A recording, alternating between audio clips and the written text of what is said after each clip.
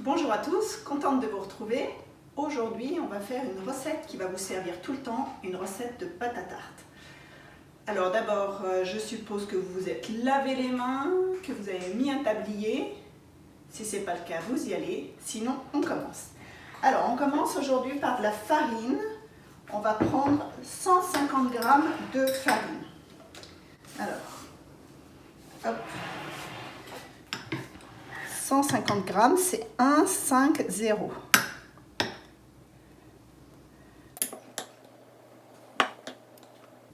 On y est presque.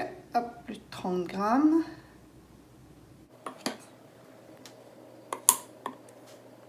Et voilà. Voilà, ça va aller, 150 g.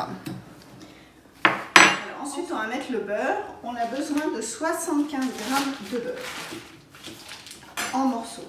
Alors, on va les mettre morceau par morceau. On va peser. Venez voir. Hop. Alors, 10, 16, 30, 44,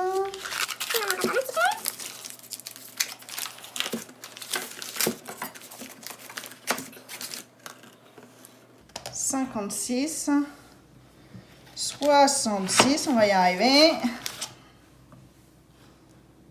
Alors, 86, on a 10 grammes de trop. 76, parfait. Ensuite, pour que notre pâte ait un petit peu de goût, on va lui mettre un petit peu de sel. Alors, dans la recette, on dit une demi-cuillère de sel. Ça veut dire qu'on remplit la cuillère à la moitié. Voilà. Hop. Et ensuite, il va falloir rajouter 50 g d'eau. Vous êtes prêts? On va rajouter 50 g d'eau. Là, on fait bien attention parce que l'eau, on ne peut pas l'enlever une fois qu'on l'a mis. Alors, venez voir. 18, 38, 44, 48, oups, 50. Alors, maintenant, la partie très importante, il va falloir mélanger la pâte. Là, on prend ces petites mains qui sont toutes propres et on va mélanger la pâte avec les doigts. Donc, on écrase bien le beurre et on mélange comme ça jusqu'à ce qu'on puisse former une boule.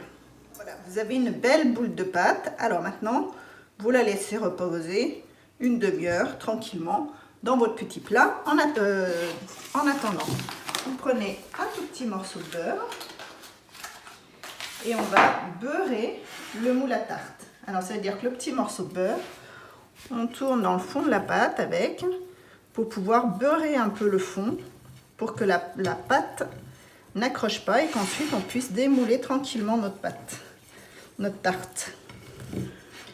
Alors on n'en met pas trop, hein, juste un petit peu.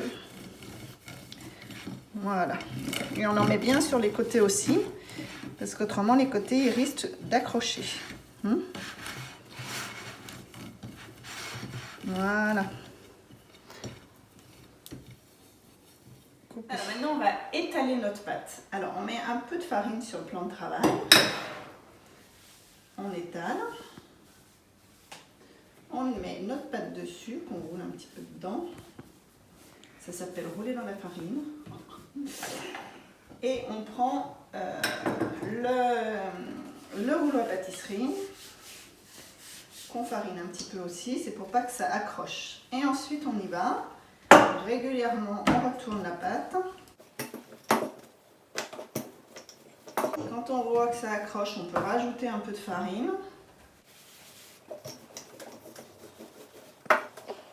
Et on la roule jusqu'à ce qu'elle fasse la taille de notre plat à tarte.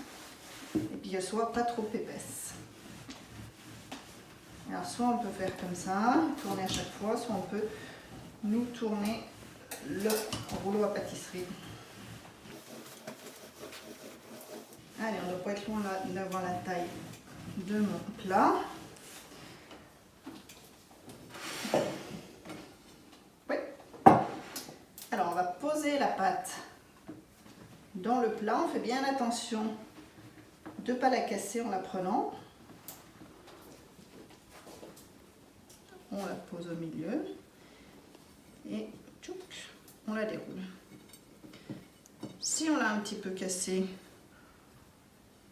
hop, on la rafistole.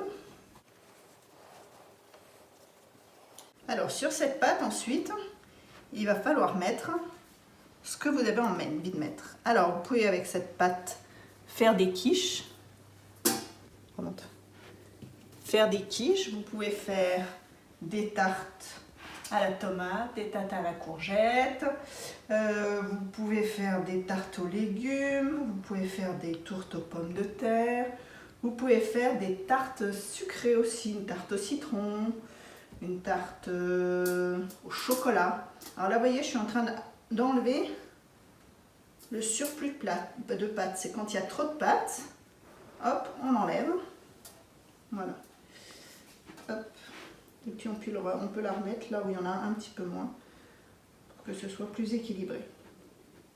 La pâte, vous pouvez vous en servir. Si vous mettez des ingrédients qui sont déjà cuits dedans, vous pouvez déjà la faire pré-cuire. C'est-à-dire que vous la mettez dans votre four et vous commencez à la faire cuire. Pour pas que la pâte gonfle, il faut que vous preniez soit une cuillère, soit une fourchette, soit un petit couteau et vous faites des petits trous dedans.